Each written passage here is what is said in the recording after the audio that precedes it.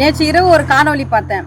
அந்த காணொலியில் வந்து யூடியூபர் ஷவுக்கு சங்கர் வந்து நடிகை விஜயலட்சுமி சீமான் விவகாரத்தில் விஜயலட்சுமியை அழைச்சிட்டு வந்து சீமான் மேலே கமிஷனர் ஆஃபீஸில் புகார் கொடுத்து சீமான் தரப்புலேருந்து விஜயலட்சுமிக்கு வர பணத்தில் விஜயலட்சுமிக்கு 60% பணமோ எனக்கு அதில் 40% பணமோ நாங்கள் பேசி இந்த விவகாரத்தில் இறங்கினதாகவும் வந்த பணத்தை நடிகை விஜயலட்சுமி அவங்க எடுத்துக்கிட்டு பெங்களூருக்கு போனதாகவும் அதனால் நான் விஜயலட்சுமி மேலே வந்து விரக்தியில் இருக்கிறேன்னு யூடியூபர் ஷவுக்கு சங்கர் வந்து அவரோட யூடியூப் சேனலில் ஒரு காணொலியாக பேசி பதிவு பண்ணி வச்சிருக்கிறார்.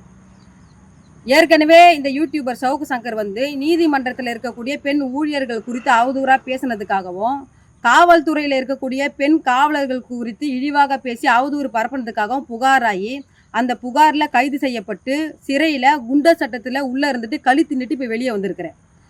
இந்த வருஷம், அதாவது இந்த 6 மாதம், இந்த ஜனவரி வந்துச்சுன்னா நான் பொது வாழ்க்கைக்கு வந்து 20 வருஷம் ஆகுது. நான் வந்து பொது வாழ்க்கைக்கு வந்து இந்த 20 ஆண்டு காலில் என் பேர்லையோ என் குடும்பத்தார் பேரில் எங்கேயாவது ஒரு குண்டுமணி சொத்து எங்கேயாவது வாங்கி வச்சுருக்கணும்னு யாராவது வெளியிடுங்க பார்ப்போம். ஆனால் யூடியூபர் ஷவுக்கு சங்கர், நீ எனக்கு தெரிஞ்சு ஒரு 3 வருஷம் ஆகுது நீ யூடியூப் சேனல் ஆரம்பிச்சு. அந்த யூடியூப் சேனலை ஆரம்பித்து அதில் உன்னுடைய கள்ள காதலிக்கு நீ குறுகிய காலத்தில் 10 கோடி ரூபாய் மதிப்பிலான சொத்தை, அதாவது டி நகரில் சொத்தை வாங்கி கள்ள காதலி பேரில் நீ எழுதி வச்சிருக்கிற. நீ யூடியூப் சேனல் ஆரம்பித்து நீ என்ன தொழில் செஞ்சுன்னு இருக்க? நீ தான் பெரிய புலனாய்வு. என் பேரில் எங்கேயாவது, என் பேர்லையோ என் குடும்பத்தார் பேரில் எங்கேயாவது ஒரு குண்டுமணி சொத்து எங்கேயாவது நாங்கள் வாங்கி வச்சுக்கிது எங்கேயாவது நாட்டு மக்களுக்கு வெளியிடறா பார்க்கலாம். நீ யாரா என்னை பற்றி அவதூறு பரப்பத்துக்கு? நீ என்னை பற்றி பேசுறதுக்கு உனக்கு என்னடா தகுதி இருக்குது? 3 நாள் ஷவுக்கு சங்கருக்கு நான் கெடு வைக்கிறேன். என்னையோ நடிகை விஜயலட்சுமி குறித்து பேசுனதுக்கு வழக்கு விசாரணை இருக்கிற உச்ச நீதிமன்றத்திலையோ இல்லை வழக்கு பதிவு செஞ்ச வலசரவாக்க காவல் நிலையத்தில் ஷவுக்கு சங்கர் வந்து எங்கள் 2 பேரை குறித்து பேசுனதுக்கு உரிய ஆதாரத்தை வந்து கொடுக்கணும்.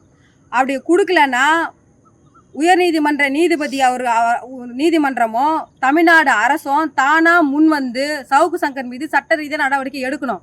அப்படி நீங்கள் யாருமே, நீங்கள் 2 பேருமே நீங்கள் சட்ட ரீதியான நடவடிக்கை ஷவுக்கு சங்கர் மீது எடுக்கலை அப்படின்னா 4வது நாள் எங்களுடைய மானத்தை பாதுகாக்கிறதுக்காகவும் எங்களுடைய கௌரவத்தை, நாங்கள் பெண்களுடைய கௌரவத்தை பாதுகாக்கிறதுக்காகவும் ஷவுக்கு சங்கர் எங்கே இருந்தாலும் அவருடைய வீடு பூந்து ஷவுக்கு சங்கருடைய நாக்கை அறுத்து நடு ரோட்டில் போடுவோம் என்பதனை பொது செய்தி அறிவிப்பாக நான் நாட்டு மக்களுக்கோ ஊடக சகோதர சகோதரிகள் தெரிவிச்சுக்கிறேன்.